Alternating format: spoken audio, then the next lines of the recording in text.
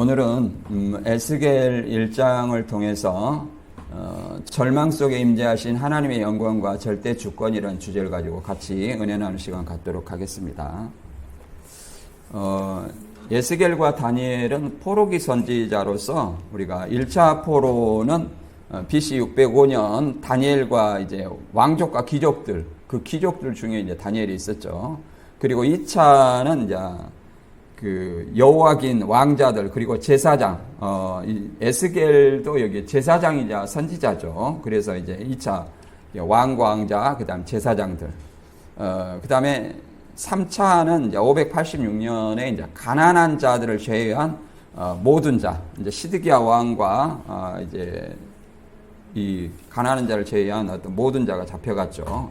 이제 에스겔은 말 그대로 2차 왕과 여호야긴 왕과 왕자들 그리고 제사장이 잡혀갈 때 이제 에스겔이 이제 그 바벨론에 사로잡혀 갔을 때에 그 586년 전후에서 기록된 내용입니다. 그 기록된 내용은 뭐 이걸 쓴 이유는 다른 것이 아니라 예루살렘 멸망이 곧 죄로 인해서 예루살렘 멸망을 했습니다. 그래서 하나님의 진노가 얼마나 큰지 깨우치고 제약을 뉘우치고 회개할 것을 강조하라는 그런 의미로 이 에스겔을 기록한 겁니다. 그래서 이 내용이 이제 유대인들이 끌려갔으나 그 이스라엘이라고 이렇게 또 표현하는 것은 이스라엘이라는 것은 아브라함과 이삭과 야곱의 이름이 이스라엘이죠. 그래서 남유다와 북이스라엘로 갈라졌으나 이제 이스라엘이라고 얘기하는 것은 이제 이스라엘 자손임을 하나님의 어떤 자손임을 나타내고 또 이스라엘 회복을 이렇게 염원하는 그런 내용으로 이렇게 이스라엘이라는 표현을 쓰고 있습니다. 그래서 본문을 한번 읽어보도록 하겠습니다. 에스겔 1장 1절부터 14절까지만 읽어보겠습니다. 시작. 서른째에 넷째 달 초닷새에 내가 그발강가 사로잡힌 자 중에 있을 때에 하늘이 열리며 하나님의 모습이 내게 보이니 여호야긴 왕이 사로잡힌 지 5년 그 달 초닷새라. 갈대아 땅 그발강가에서 여호와의 말씀이 부시의 아들 제사장 나 에스겔에게 특별히 임하고 여호와의 권능이 내 위에 있으니라. 내가 보니 북쪽에서부터 폭풍과 큰 구름이 오는데 그 속에서 불이 번쩍번쩍하여 빛이 사방에 비치며 그 불 가운데 단새 같은 것이 나타나 보이고 그 속에서 네 생물의 형상이 나타나는데 그들의 모양이 이러하니 그들에게는 사람의 형상이 있더라. 그들에게 각각 네 얼굴과 네 날개가 있고 그들의 다리는 곧은 다리요 그들의 발바닥은 송아지의 발바닥 같고 광낸 구리같이 빛나며 그 사방 날개 밑에는 각각 사람의 손이 있더라.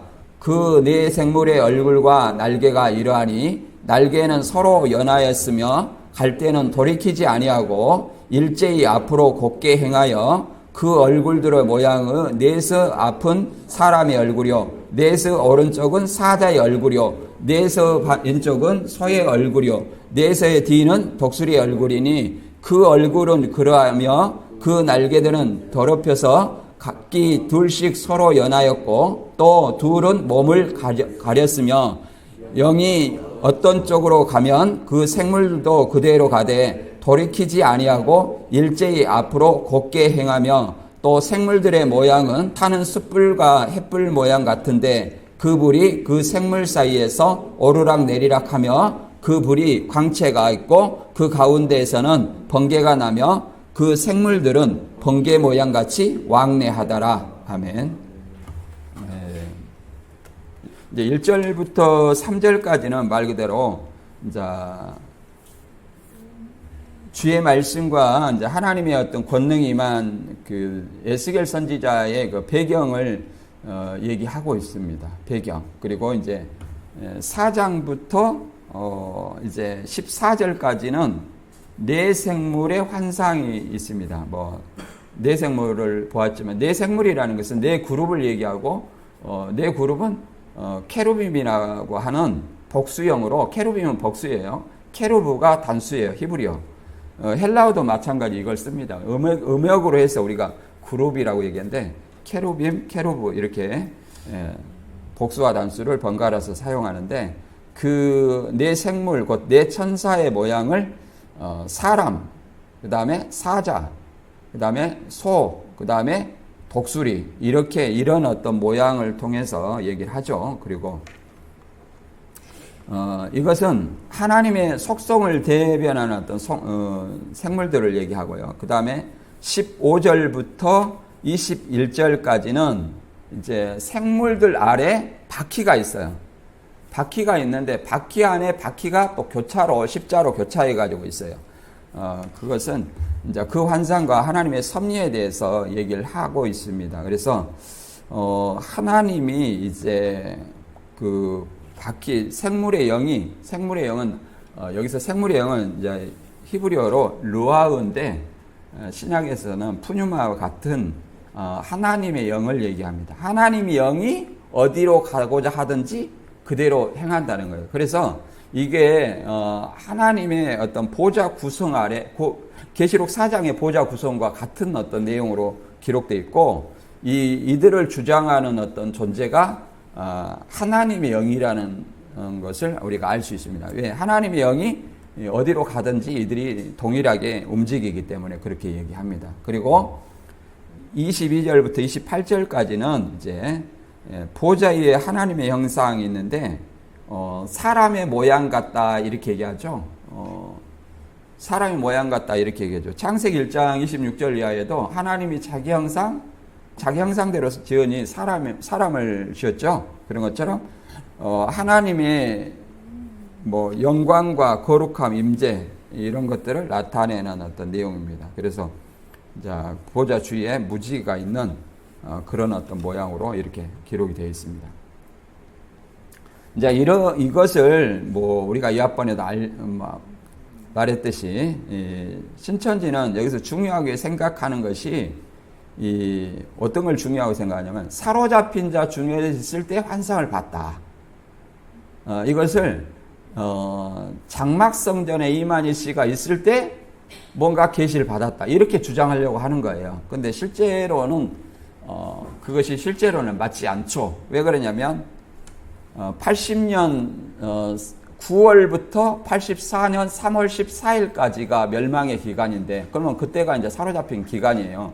근데 80년 3월에 책을 받아 먹었다 이렇게 얘기하기 때문에 그런 논리가 이제 좀 무너지는 거죠. 그리고 이제 1, 2, 3장이 계시록 전장이 에스겔의 전장이라고 말하는데 전장은 아닙니다. 그리고 이 내용은 말 그대로 이제 에스겔이 본 어떤 환상은 북쪽에서 이제 폭풍과 구름이 이제 다가오고 그 안에 이제 얼굴 4개 이제 내생물이 있고 그 다음에 하나님의 영이 움직이는 대로 움직이고 그 다음에 이제 이 생물 위에 궁창이 있고 그 궁창 위에 이제 푸른 보석, 어떤 벽옥과 같은 보석 위에 보좌가 있고 그에 사람 모양이 앉아 있다. 이런 어떤 모습을 나타내고 있습니다. 그리고 이 불과 같은 찬란한 어떤 무지갯빛으로 둘려져 있었고 이것이 이제 하나님의 하나님 나라의 어떤 하나님의 형상을 이렇게 나타내는 것이죠. 그래서 이제 이걸 통해서 나타내고자 하는 것은 다른 것이 아니라 하나님께서는 유대인들이 포로 가운데 있어도 이방 땅에 있어도 하나님이 그들을 버리지 아니하시고 여전히 그들과 함께 있고 그들을 보호하시고 그들에게 죄를 회개하고 돌이키게 하고자 하는 그런 어떤 마음이 여전히 그런 마음을 에스겔을 통해서 선포하고자 하는 어떤 마음이 있어서 이런 말씀을 하는 겁니다. 그래서 이 에레미야, 다니엘과 에스겔은 포로기 때 선지하는데 여호야긴이라 그랬죠. 시드기야가 또 여기 보면 바벨론 포로기 시대가 열리는 에레미야 시대 얘기를 하죠. 그래서 여호야김에서 시드기야 이후에 이제 포로가 되는 거죠. 그리고 여기 다니엘과 에스겔은 말 그대로 포로기 이 선지자라고 말할 수 있죠. 예. 그래서 우리가 북이스라엘은 BC 722년에 이제 멸망을 당했고 아수르에게 멸망을 당했죠. 그래서 혼혈 정책을 썼어요. 그래서 반역을 못하게 하려고 서로 종족을 흐트러 놓은 거예요. 그래서 혼혈이 될 수밖에 없었고, 그 다음에 남유다는 이제 BC 586년에 완전히 3차죠. 586년 3차에 완전히 이제 멸망을 당한 것입니다. 가난한 자 외에는 다 끌려갔다고 얘기하죠. 이때 이제 기록된 것이 어디서 그렇게 기록됐냐면 여기 보면 이제 에스겔이 이 그발강가라고 얘기하죠. 그발강가라고 얘기하는데 갈대아 땅이라고 얘기하잖아요. 갈대아. 어디서는 갈대아 땅이 이 바벨론 전체로 이해되기도 하고 어떤 때는 본문에서는 그냥 갈대아 땅이라고 얘기하는데 그 갈대아 땅은 이제 이 바벨론의 남부 지역, 지금 여기 바벨론이라고 기록된 요 남부 지역, 유프라테스 강과 티그리스 강 이쪽 지역의 남부 지역을 얘기하고, 그것은 이 갈대아인의 어떤 종족이 머무르는 지역으로 1차적으로 얘기를 합니다. 그래서 이것이 후에 이제 바벨론한 느부갓네살 그런 어떤 시대에 이제 바벨론 수도를 여기로 옮겨가지고 말미암아 이제 바벨론을 칭하는 말이 갈대아하고 바벨론하고 동일하게 사용하게 됩니다. 우리가 이제 그 다음에 바벨론 포로 이렇게 여기 그 밑에 그림을 보면 에스겔과 다니엘은 포로기 선지자라고 말할 수 있고, 이제 에레미야는 포로 될 것을 설명하는 포로 전 선지자라고 말할 이게 보이죠. 이런 정도로 우리가 이해를 하고 본문을 그림을 한번 보면, 본문 들어가기 전에 그림을 보면 쭉 내려보세요. 여기 보면 폭풍과 구름이 이렇게 오는 모습을 이제 에스겔이 본 거예요. 이 폭풍과 구름은 하나님의 임재를 상징하는 내용이죠. 본문 1장 1절부터 3절까지 같이 읽어보고 알아보도록 하겠습니다. 서른째 해 넷째 달 초닷새에 내가 그발강가 사로잡힌 자 중에 있을 때 하늘이 열리며 하나님의 모습이 내게 보이니 여호야긴 왕이 사로잡힌 지 5년 그 달 초삿새라. 갈대아 땅 그발강가에서 여호와의 말씀이 부시 아들 제사장 나 에스겔에 특별히 임하고 여호와의 권능이 내 위에 있느니라. 그러니까 에스겔이 30살이 되던 때, 30살이 되던 때라는 것은 민수기 4장 30절에 보면은 이 제사장의 어떤 직무나 이런 어떤 회막에서 봉사하는 어떤 직무를 30세부터 50세까지로 한정해 놨어요. 그렇기 때문에 30세부터 이렇게 택했다고 이렇게 볼 수가 있습니다. 그래서 그발강가에 사로잡힌 자 중에 있을 때 이 바벨론의 포로로 끌려왔다는 것을 알 수 있죠. 그때 이제 하늘이 열리고 하나님의 모습이 보이니, 그러니까 성령의 감동에서 이렇게 구약에서는 성령의 감동한 어떤 이런 표현이 잘 사용이 안 돼 있지만 신약에도 성령의 감동에서 계시록 4장 1, 2절에 보면 하늘이 열리고 하나님 보좌 모습을 봤죠. 여기도 마찬가지 하늘이 열리면 하나님 모습이 보이니 이렇게 설명하고 있습니다. 그래서 여기 이제 여호야긴 왕도 같이 이제 에스겔과 사로잡혀 왔다는 것을 알 수 있죠. 그래서 제사장, 왕과 왕자들, 제사장 2차 이렇게 포로 상황을 잘 배경을 나타내고 있죠. 그리고 이제 여호와의 말씀이 부시 아들 나 제사장인 에스겔에게 특별히 임하고 여호와의 권능이 내 위에 있으니라 이렇게 얘기하죠. 그런 것처럼 하나님이 사로잡힌 자 중에 있을 때 이제 제사장이자 선지자인 에스겔을 이제 택하는 어떤 내용이 있습니다. 에레미야도 마찬가지로 에레미야를 택할 때 에레미야 1장 6절에 보면 나는 아직도 어려서 말할 줄 모릅니다. 이렇게 대답을 했는데, 이것은 어려서 말할 줄 모른다는 것은 나이가 젊다는 것이 아니라, 나이가 아주 어리다는 것이 아니라 아직 나는 하나님 앞에 서기에 부족하고 아직 알지 못하는 존재다. 이렇게 자기의 겸양을 얘기를 하는 것입니다. 그래서 그런 어떤 에스겔을 1장 9절과 10절에 보면 이렇게 말합니다. 여호와께서는 손을 내밀어 내 입에 대시며 말씀하셨다. 보라, 나는 지금 내가 해야 할 일을 일러주고 있다. 오늘 내가 너에게 많은 민족과 나라를 다스리며 그들을 뽑고 파괴하며 파멸시키고 넘어뜨리며 건설하며 심는 권한을 주겠다. 이렇게 얘기를 합니다. 그래서 에레미야에게 심판과 어떤 구원의 어떤 사멸, 그렇잖아요. 파괴하고 파멸하는 심판이죠. 건설하는 것은 뭐 다시 세우는 거죠. 이런 어떤 심판과 구원을 많은 민족과 나라를 다스리며 심판하고 구원하는 어떤 사명을 주겠다. 이렇게 얘기를 하죠. 이런 어떤 하나님께서 이 에레미야를 통해서 이 사명을 했듯이 마찬가지로 에스겔도 마찬가지고 이사야도 마찬가지입니다. 이사야도 택했을 때 이렇게 얘기를 합니다. 6장 8절에 보면 내가 또 주의 목소리를 들으니 주께서 이르시되 내가 누구를 보내면 누가 우리를 위하여 갈꼬 이렇게 물어볼 때 이사야가 여기서는 이제 에레미야처럼 겸양을 나타내는 것이 아니라 모세도 자기를 이스라엘 애굽에게 보낼 때 거부를 했죠. 그러나 여기 이사야는 이렇게 얘기를 하면 내가 여기 있나이다 나를 보내소서 이렇게 자원하는 심령으로 이제 이사야는 스스로 하나님의 어떤 사역을 맡고자 이렇게 얘기를 한 거죠. 이와 같이 하나님의 그 백성이 포로 가운데, 물론 죄 때문에 포로가 됐지만 포로 가운데 절망 가운데 있었어도 하나님은 당신의 백성을 포기하지 아니하시고 선지자를 통해서 하나님의 주권을 알리시는 이런 어떤 사명을 행하고 있다는 것을 우리가 알 수 있습니다.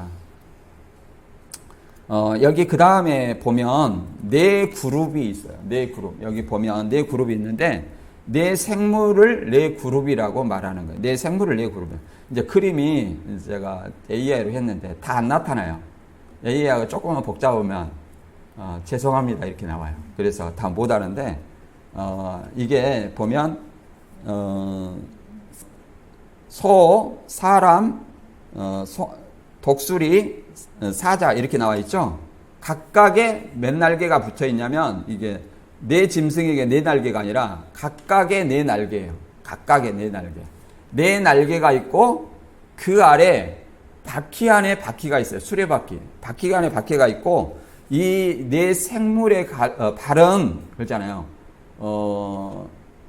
어떻게 돼 있다고 했어요? 그 발굽이 갈라진 그런 어떤 발을 가지고 있다. 그리고 이 네 생물에게 사람의 손이 있다. 각각 사람의 손이 있다는 거죠. 사람의 손이 있다. 이렇게 표현하고 있습니다. 이렇게 표현해요. 이게 복잡한 모습인데 이걸 뭐라고 하냐면 네 천사를 이렇게 네 생물로 이렇게 묘사를 하고 있습니다.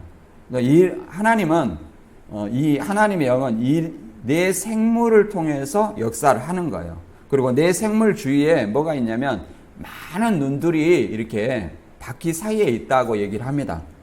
이게 많은 눈들이라는 것은 우리가 또 계시록에도 보고 있지만 수많은 어떤 천천만만의 천사들이 함께 있는 것을 얘기를 하는 겁니다. 에스겔 1장 4절부터 6절까지 한번 읽어볼까요? 시작. 내가 보니 북쪽에서부터 폭풍과 큰 구름이 오는데 그 속에서 불이 번쩍번쩍하고 빛이 사방에 비치니 그 불 가운데 단새 같은 것이 나타나 보이고 그 속에서 네 생물의 형상이 나타나는데 그들의 모양이 이러하니 그들에게 사람의 형상이 있더라. 그들에게 각각 네 얼굴과 네 날개가 있고 이렇게 말하죠. 그래서 이제 북쪽에서 폭풍과 큰 구름이 온다. 그러니까 하나님의 임재를 상징하는 게 이 선지자 에스겔이 지상의 아래에서 보고 있는 내용이에요. 그래서 이제 그 속에서 불이 번쩍번쩍 하여 빛이 사방에 비치며 이제 후에 읽어보면 번개처럼 이들이 움직임을 번개처럼 움직인다 이렇게 합니다. 번개처럼. 그리고 불이 오르락 내리락 한다 이런 것은 하나님의 영의 뜻대로 움직이는 것을 이렇게 표현하고 있는 내용입니다. 그래서 네 생물, 하나님의 속성과 그 사역을 대변하는 네 생물을 이제 사자라고 얘기하는 사자, 소, 사람, 독수리 이렇게 얘기했는데 사자는 우리가 짐승의 왕이죠. 왕권을 상징하고 용맹을 상징합니다.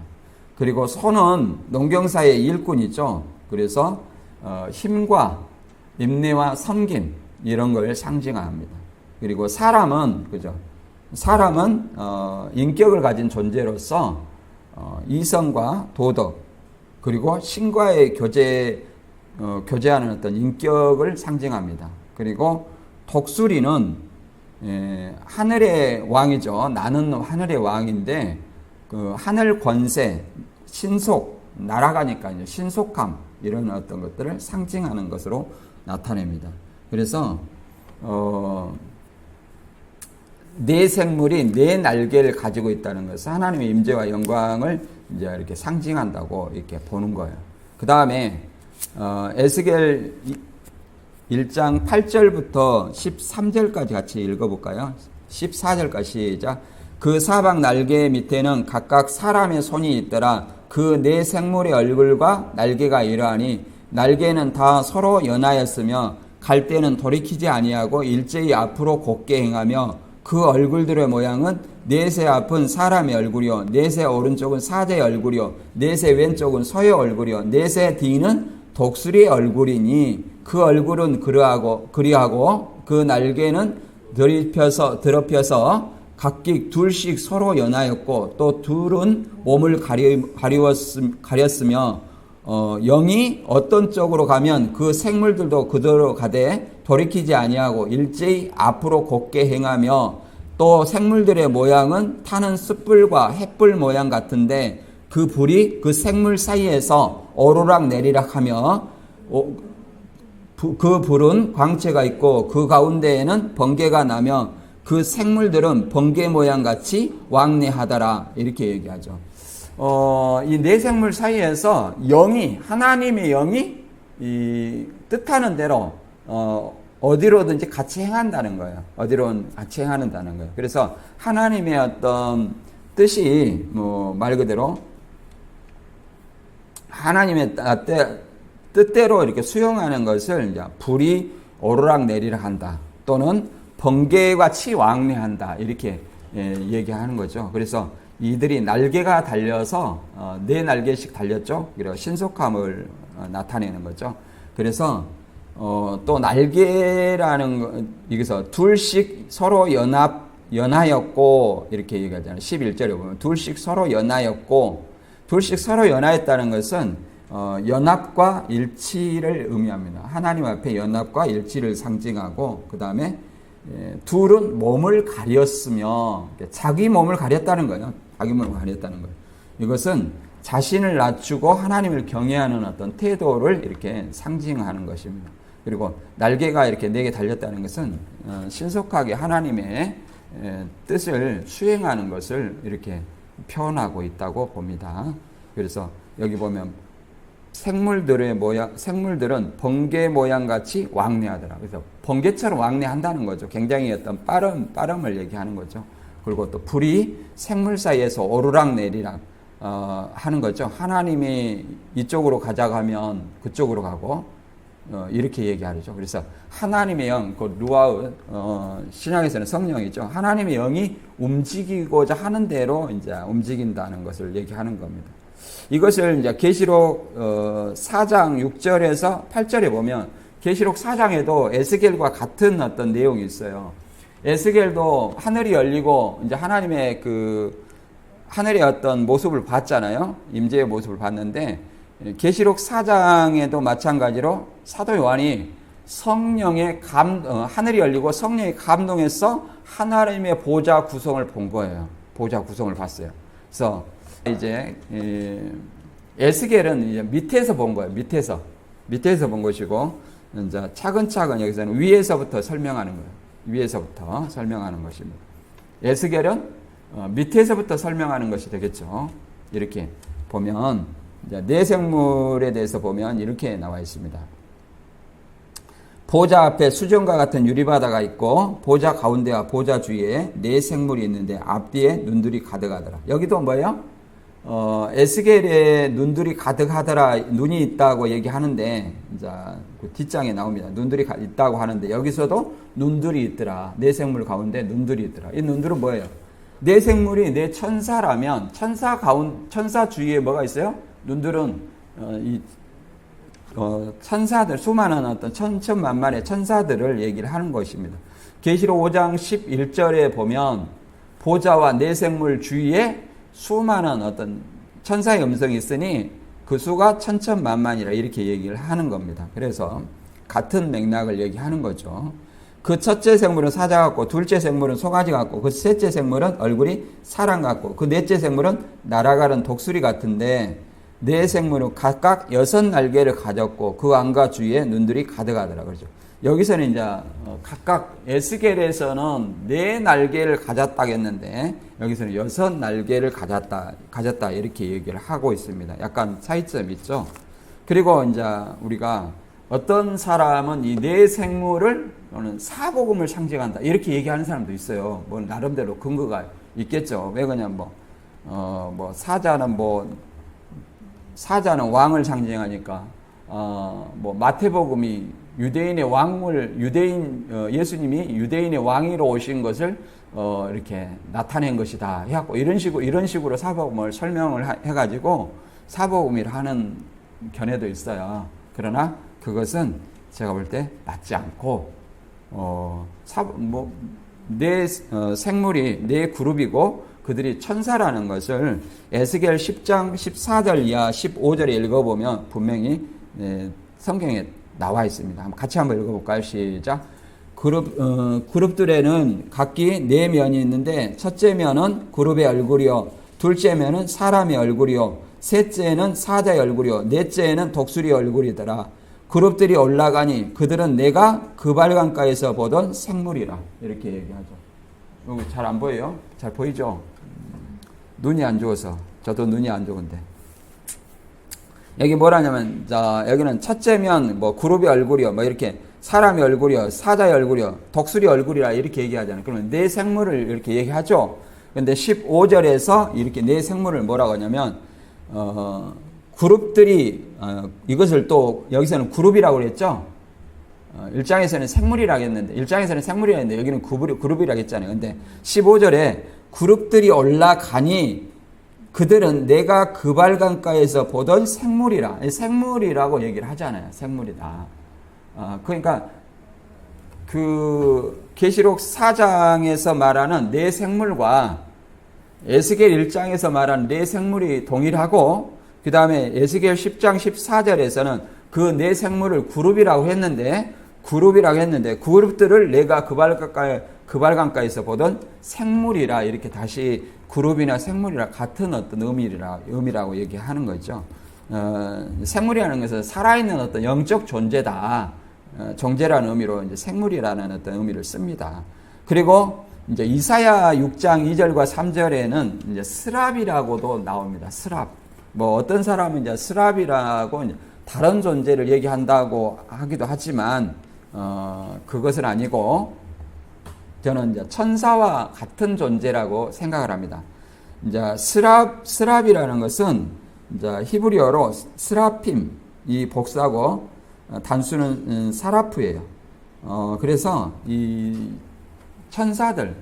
천사들과 같은 존재로 우리가 이해를 해볼 수 있습니다. 그래서 이 존재를 알 수 있고요. 그 다음에 에스겔에서 이제 영의 뜻대로 움직이는 생물과 하나된 바퀴의 신비를 보는데 생물 아래에는 바퀴가 있는데 바퀴 안에 바퀴가 있다고 하잖아요. 근데 이렇게 보면 바퀴 안에 바퀴가 십자 이렇게 바퀴와 엇갈려서 십자로 이렇게 있다고 얘기를 하기도 합니다.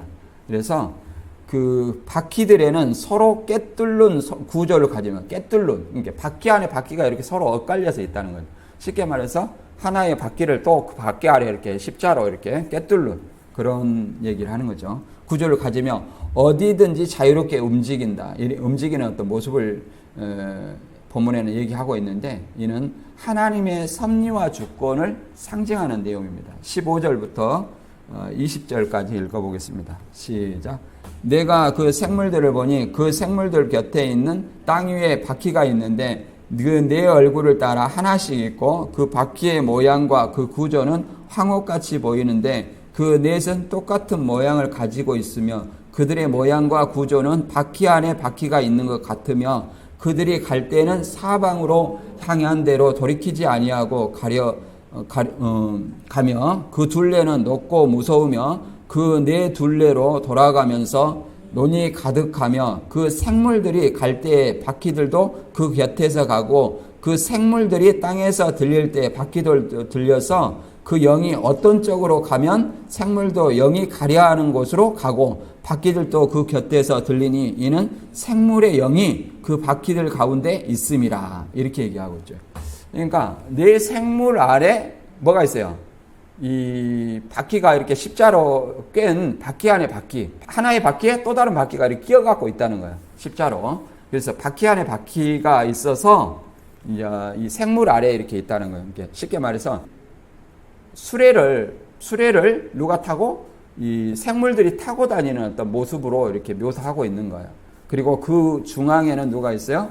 생물의 영이 있다. 생물의 영이라는 것은 말 그대로 하나님의 영을 의미하는 것이겠죠. 그 생물의 영, 이 생물들을 주관하는 영, 하나님의 영이 가고자 하는 대로 간다. 여기도 생물들 아래 바퀴에 눈이 가득하고 그러죠. 네 둘로 돌아가면서 눈이 가득하고 이렇게 표현되고 있죠. 그래서 계시록 4장에 내용하는 것처럼 네 생물 주위에 앞뒤로 눈이 가득하더라 하는 것처럼 계시록 5장 11절에는 이렇게 말합니다. 보좌와 생물들과 장로들을 둘러선 많은 천사의 음성이 있으니 그 수가 만만이요 천천이라. 이 천천만만의 천사들을 수많은 어떤 눈들로 이렇게 볼 수도 있습니다. 물론 다르게 본 사람들도 있어요. 근데 저는 이게 맞다고 봅니다. 위치상 네 생물 주위에 눈이 있어요. 근데 보좌와 네 생물 주위에 뭐가 있어요? 천사가 있어요. 그러면 천사를 눈으로 비유했다. 그럼 천사의 하는 일은 뭐예요? 눈의 역할을 하는 거예요. 하나님이 어디든지 보내서 성령과 천사의 역할이 사역이 비슷하게 겹치기 때문에 사도행전은 말 그대로 천사와 성령이 교차로 해서 많이 등장하고 있습니다. 그런 걸 우리가 알 수 있죠. 이런 것처럼 하나님의 영이 그러잖아요. 생물과 하나 된 바퀴로 이렇게 하고자 하는 대로 움직인다는 것은 하나님의 주권과 섭리를 상징하는 것이고 이 하나님의 주권에 대해서 잘 나온 것은 우리가 다니엘서를 통해서 알 수 있듯이 다니엘서 4장 17절에는 지극히 높으신 이가 사람의 나라를 다스리시며 자기 뜻대로 그것을 누구에게든 주시며 또 지극히 천한 자를 그 위에 세우시는 줄을 사람들을 알게 하려 함이라 하였느니라 이렇게 얘기를 합니다. 그래서 하나님이 그 뜻대로 그러잖아.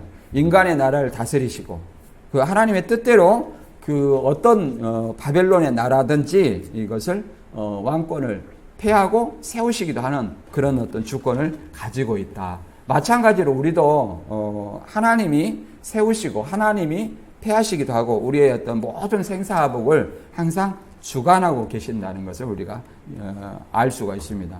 심지어 이방 나라까지라도 주관하시고 하나님은 우리의 머리털까지도 세신 바 되신다 하셨잖아요. 그런 것처럼 우리를 보이지 않지만 성경에 기록되어 있지 우리 이름이 기록되어 있지 않지만 이런 것을 통해서 우리가 하나님의 섭리 안에 있음을 우리가 고백하게 됩니다.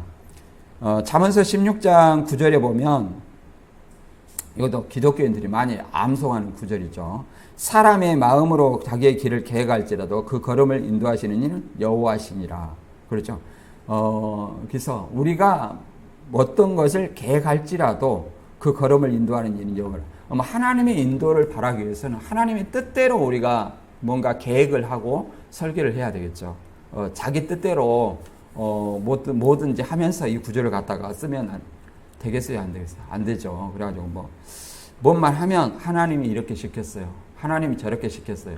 이렇게 하나님 파는 사람들이 간혹 있어요. 주변에서 간혹 그걸 보면 내가 하나님한테 물어봤는데 그런 일을 시킨 적이 없다는데 어떻게 된 일입니까? 이렇게 한번 물어보세요. 그럼 어떻게 나오는지. 아무 말도 대답 못 합니다. 그 성경은 하나님을 본 사람을 죽는다고 했는데 어떻게 그 하나님을 늘 보고 하나님이 시켰다고 얘기를 하겠어요? 말도 안 되는 얘기죠. 그리고 이 하나님은 출애굽기 9장에서 보면 바로를 세우는 것까지도 하나님의 능력을 나타내기 위해서 세웠다 이렇게 얘기를 하는 겁니다. 능력을 나타내기 위해서. 에스겔 2장 2절에도 그 하나님의 영이 모든 것을 주관하신다는 것을 나타내고 있죠. 에스겔 2장에도 그 영이 내게 임하여 나를 일으켜 내 발로 세우시기로 내가 그 말씀하신 자의 소리를 들으니 그 하나님의 영이 에스겔에게 임하여서 있잖아요. 내 발로 일으켜 세우시기로 말씀하신 이를 소리를 들었다 이렇게 얘기하잖아요. 그래서 하나님의 영, 곧 성령이 에스겔을 주관했고 하나님의 영, 곧 성령이 이 모든 것을 여기 에스겔에서 주관한다 이렇게 얘기를 할 수가 있겠죠. 그 다음에 이제 보면 에스겔 10장 9절에도 이게 보면 뭐라고 하냐면 이 천사를 그룹을 뭐라고 그러냐면 천사라고 얘기합니다. 여기서는 뭐 그룹 천사로 이렇게 직접 얘기하고 있죠. 이게 현대인의 성경을 제가 많이 이렇게 소개를 해 놓습니다. 좀 쉽게 하기 위해서 여기서 그룹 천사라고 하는데 뭐 그룹을 빼고 그냥 천사들이라고 얘기해도 되죠.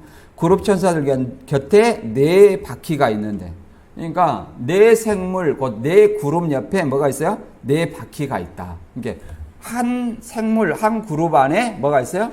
한 바퀴가 있는 거예요. 바퀴가. 그 바퀴는 뭐예요? 교차한 바퀴다.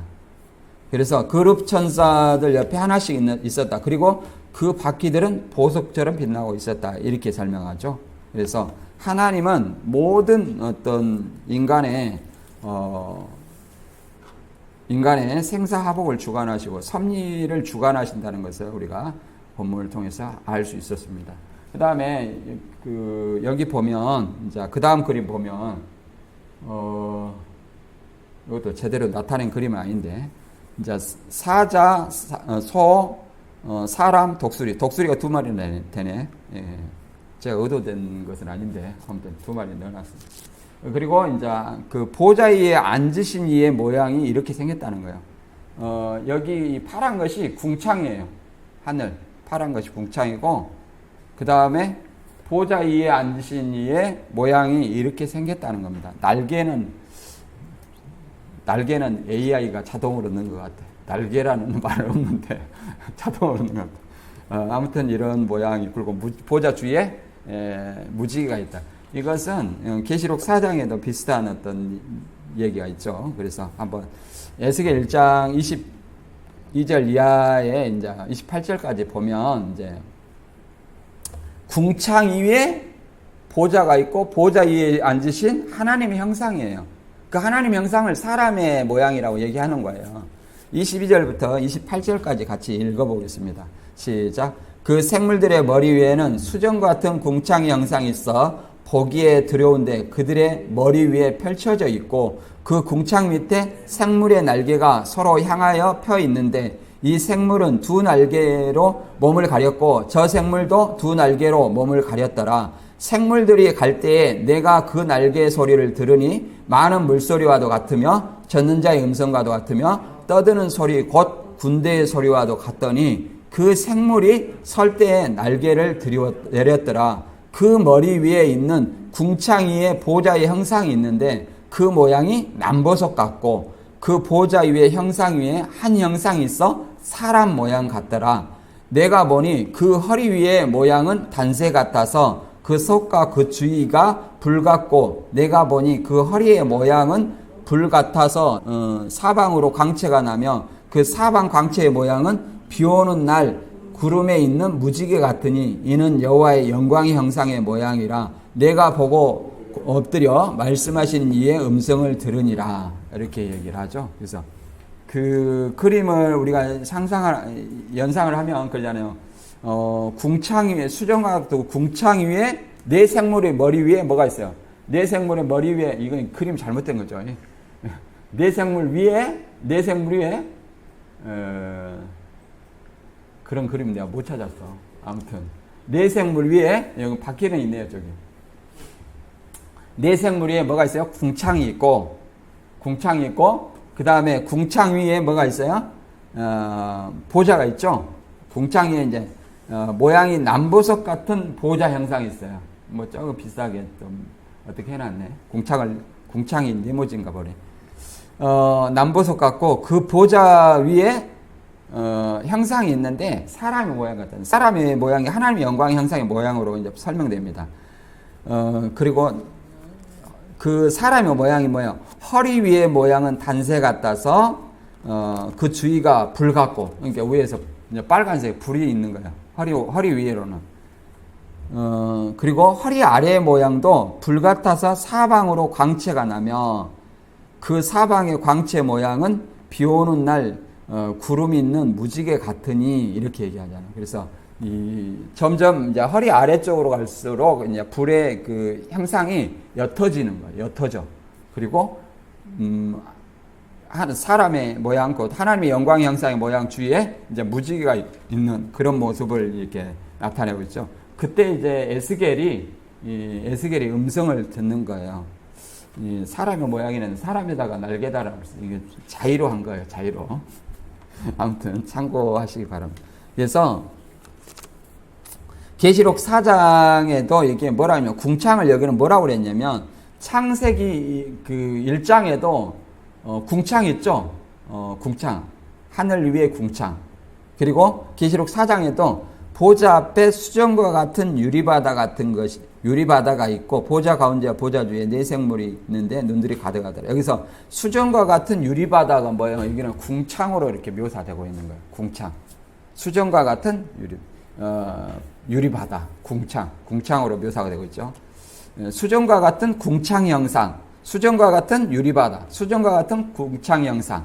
같은 뉘앙스로 들리죠. 같은 위치로. 창세기 1장에도 이제 이게 사람의 모양이 있는데 이게 하나님의 영광의 모양이라는 것은 창세기 1장 26절에 그러잖아요.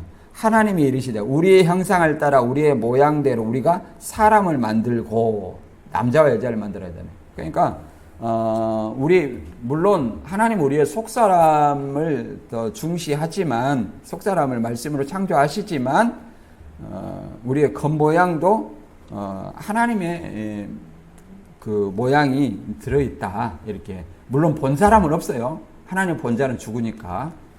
간접적으로 굳이 하나님을 봤다면 예수님을 본 거죠. 예수님도 하나님이니까.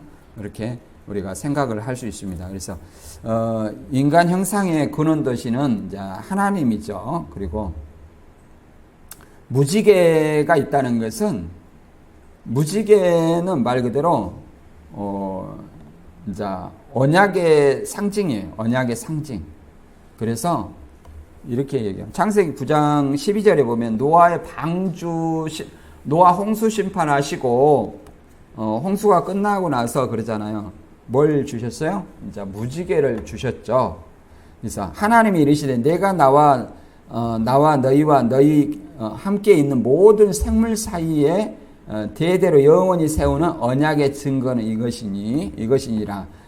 내가 내 무지개를 구름 속에 두었나니 이것은 나와 세상 사이의 언약의 증거니라. 그래서 언약의 증거로서 언약의 주체이심을 나타내는 어떤 표현이라고 말할 수 있겠습니다. 이제 이런 어떤 모습으로 나타나있죠. 이게 에스겔 1장을 집에 가서 그림 그려가면서 이렇게 자세히 보면 아무튼 아까 그거보다는 더 자세히 나오고 이거는 제가 의도한 바가 아니고 아까 이런 것보다 더 자세히 나올 거예요. 여기도 이거 바퀴가 있는데 동그라미 도넛을 하나 더 나눠놨네. 이 교차해 갖고 있다. 교차. 무슨 말이겠어? 교차, 십자가로 교차해 있어요. 그리고 이 발굽이 있고, 그 다음에 손이 있어요. 네 날개가 있고 손이 있어. 그럼 손이 몇 개 있어요? 2개가 있죠. 손이 있는데 손은 빼놨잖아요. 그죠? 손은 빼놨네. 아무튼 이런 어떤 모습의 형상을 볼 수 있었습니다. 그래서 이 내용을 다시 한번 요약하면 본문은 에스겔 1장은 포로된 유다 백성의 이제 절망 속에서 변함없이 임재하시고 통치하시는 하나님의 영광을 이제 나타낸 겁니다. 하나님이 이제 임재 상황에서 주권과 권능을 나타내시는데 내생물은 내 천사예요. 이걸 통해서 하나님의 통치하심을 보여주시는 것이고, 그 다음에